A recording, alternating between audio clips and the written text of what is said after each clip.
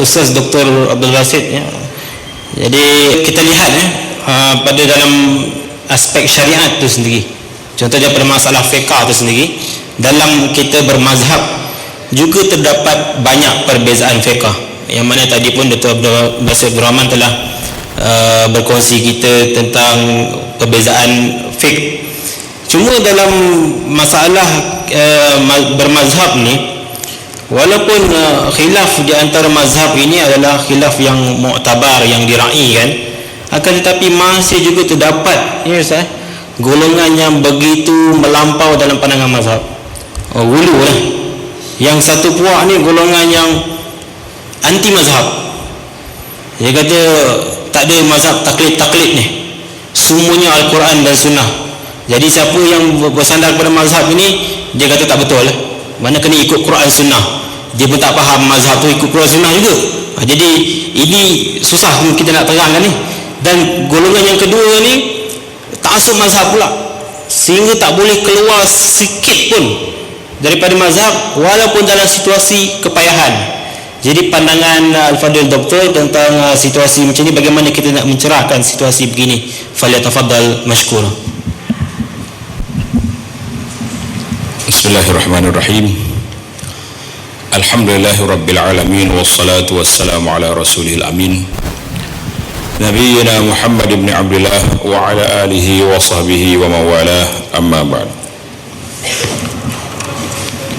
Yang dihormati pengurusi majlis, yang dimuliakan Dr. Ridwan selaku pengarah Pusat Islam, Al-Fadil Ustaz Maulana Asri, Al-Fadil Ustaz Rashidi, muslimin dan muslimat sekalian, alhamdulillah kita dapat meneruskan program yang kedua, iaitulah perbincangan terhadap apa yang telah kita bincangkan di awal pagi tadi. Maka sebagaimana yang telah kita sebut, di kalangan ulama-ulama Islam ini terbagi kepada beberapa kategori. Ada yang disebut dengan nama ahlu al-ijtihad ataupun mujtahidun. Seorang penulis nama dia Dr. Muhammad Hassan Hito, dalam sebuah bukunya Al-Ijtihad wa Tabaqatu Mujtahidi Asy-Syafi'iyah, ulama-ulama ijtihad dan tingkatan ulama-ulama mujtahid. Jadi di kalangan mujtahid ada tabaqat dia, ada tingkatan dia. Yang paling tinggi sekali disebut nama mujtahid mutlak, iaitulah mujtahid yang tidak terikat dengan pandangan orang lain. Dia korek, gali terus istinbat daripada Quran, daripada hadis Nabi sallallahu alaihi wasallam. Kemudian dia kemukakan pandangan apa yang mereka faham daripada perkara yang tersebut, ataupun daripada pandangan sahabat dan lainnya. Kemudian satu lagi dipanggil mujtahid muntasib. Yani dia ni mujtahid tapi masih lagi berintisab kepada mazhab. Sebagaimana dalam fiqh kita ni, macam Imam Yahya Al-Muzani Ismail, Imam Ibn Munzir dan beberapa ulama lagi disebut mereka ini mujtahid tapi masih lagi terikat dengan usul mazhab Imam Asy-Syafi'i. Kemudian mari pula dia panggil ashabul wujuh, ulama-ulama mazhab tapi mempunyai pandangan yang tersendiri.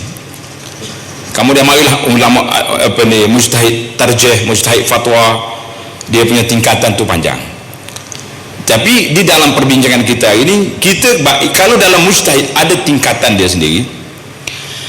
Bagi kita orang awamul muslimin, tentulah banyak lagi tingkat yang ada.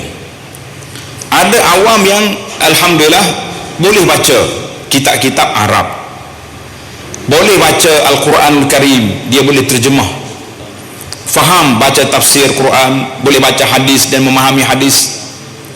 Ada orang bukan lagi nak memahami, nak baca Quran pun tak erti. Ada orang langsung tak tahu apa. Maka itu realiti masyarakat. Jadi kalau kita balik kepada persoalan, ada yang mengatakan ijtihad mesti semua sekali, tak boleh taklid. Mujtahid, apa yang dia nak ijtihadkan? Dia nak baiki apa, dia nak ambil apa dalam Quran? Nak baca Quran pun tak erti, macam mana dia nak korek hukum dalam Quran? Maka kerana itulah kadang-kadang kedengaran cerita-cerita pelik dan ajaib. orang Islam mengatakan tak apa, saya sebagai board director syarikat judi sebab saya tak jumpa judi dalam Quran. Nak kata apa? Memanglah syarikat judi hak dia tu, kita kata genting ke apa benda majnun ke apa nama, memang tak ada dalam Quran, tapi al-maisir ada. Jadi kita nak kata semua orang itu kena berijtihad, maka ini satu taklif ma la yutaq, dia panggil dalam kaedah usul, memberatkan orang dengan benda di luar kemampuan, tak mungkin nak berlaku. Jadi ada juga yang mengatakan kita semua sekali ni mesti taklid je, tak boleh lah ijtihad. Jadi di manakah akal yang Allah Taala banyak sebut dalam Quran tentang supaya kita berfikir, ulil absar, orang yang punya pemikiran. Jadi pakai ikut ya apa orang kata jadi belaka lah. Jadi kumpulan yang ketiga adalah kumpulan yang sederhana, mengatakan orang yang mempunyai keahlian untuk berijtihad maka tak boleh bagi dia taklid. Bagi orang yang tak mampu nak berijtihad, maka dia ikut siapa di kalangan orang yang dia rasa mutmain, dia rasa ada keselesaan, dan dia rasa ikut orang ni lebih dekat dengan perjalanan agama. Jadi realiti kepada kita hari ini bahawa pintu ijtihad, kalau kita nak kata tutup, sebagaimana disebut oleh ulama syarah tasyri' mengatakan pintu ijtihad itu berakhir dengan matinya Imam Muhammad Ibnu Jarir al-Tabari, iaitulah pada tahun 320. Dia kata ba'da zalika yughlaq, lepas pada itu ditutup je pintu ijtihad. Jadi kalau kita baca kenapa ditutup, sebab pada waktu itu sudah berani orang-orang yang tidak ada keahlian untuk berijtihad telah rempuh masuk, mengeluarkan pandangan-pandangan sendiri yang menyebabkan menjadi tidak stabil perjalanan.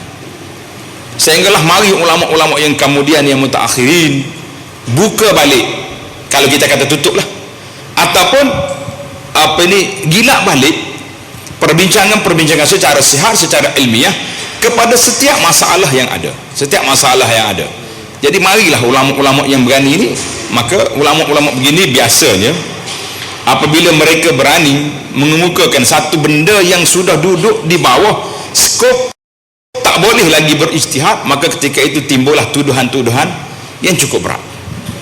Kalau kita baca contohnya seorang ulama yang berani, di antaranya yang disebut Ibn Hazmi, banyak dalam kitab-kitab ni. Kalau kita baca dalam satu kitab ditulis oleh Syekh Qurdi, Al-Fawaid Al-Makkiyah fima yahtajuhu talabatus Syafi'iyah. Jadi adalah dia kata kalau khilaf ulama, syaratnya khilaf itu khilaf yang muktabar, yang ini ada. Jadi kalau khilaf itu khilaf yang tak ada, la yultafa ilaih, tidak diambil kira. Jadi pada ulama yang berani, Ibn Hazm contohnya, berani mengemukakan pandangan sendiri.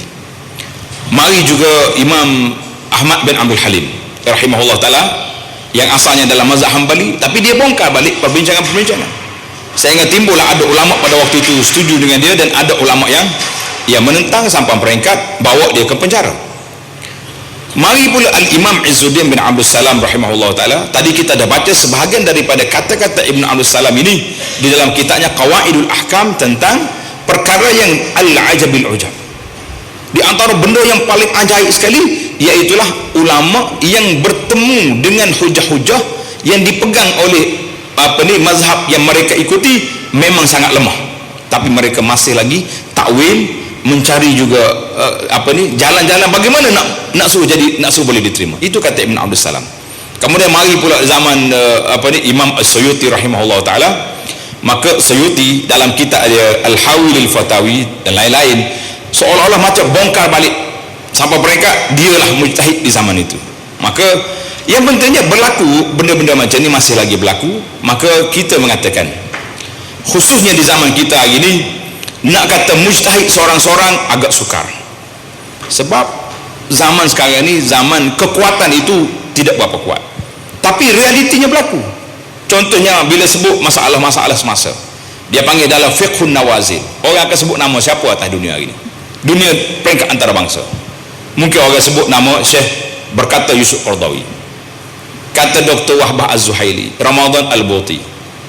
Di negara Arab Saudi orang akan sebut Syekh Abdul Aziz bin Baz, Ibn Utsaimin, nama-nama yang besar dalam tokoh-tokoh dunia ini di antara contoh. Jadi masih apakah mereka ini satu kelompok, satu orang pendapat peribadi yang disebut sebagai mujtahid ataupun tidak ada?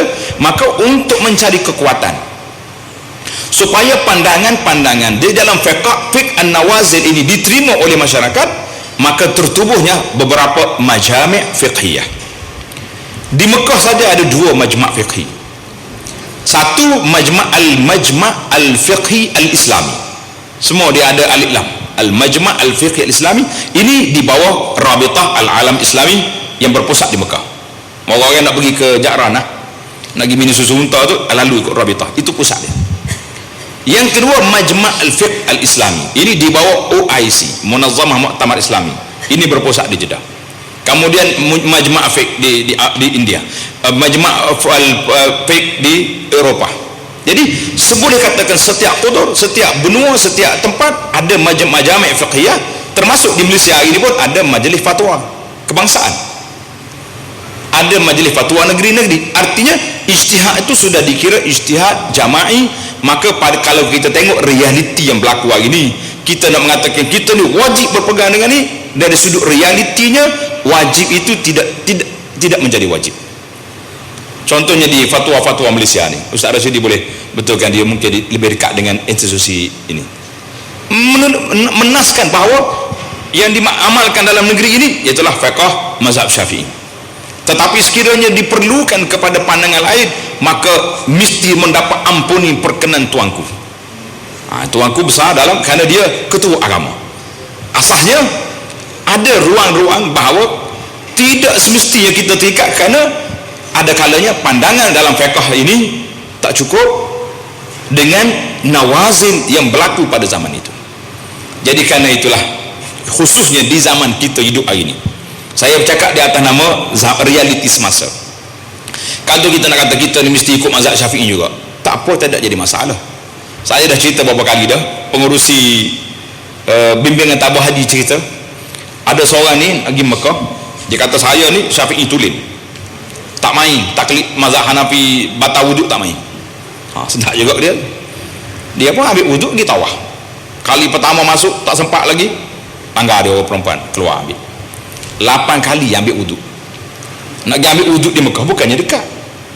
Lepas kali ke-8 dia cerita dengan kawan dia, dia kata aku kira macam mana pun lepas pada ni, siapa dia langgar aku kira wanita, laki-laki belakang.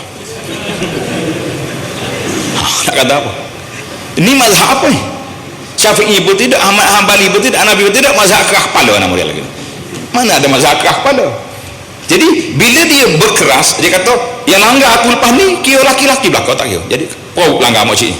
Sekawan dia kata, makcik tu jatuh juga makcik pun. Penat dah dia kata. Tengok.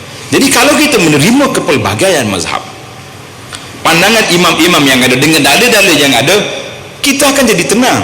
Kita tawah pun taklah duduk gini, jadi macam lari ni, kiri kanan takut dilanggar orang. Jadi kita boleh tawah dengan tenang. Sebab apa? Kita tahu pegangan yang kita pegang ini berdasar kepada pandangan imam-imam yang besar dalam Ahlus Sunnah dan dalil-dalil mereka yang ada. Jadi dari sudut realiti, terutama sekali zaman hari ini, banyak orang duk atam hari kahwin tapi berzina. Berat kita ni. Rupanya bila kita semak, orang yang kahwin yang sudah mengandung ni dalam fiqh Hanbali memang tidak sah. Itu agak sukar. Kerana itulah pada pandangan saya Al-Faqih ini, kita mengatakan kita berkeras tak ada mazhab pun sukar, nak berkeras mesti satu mazhab pun agak sukar.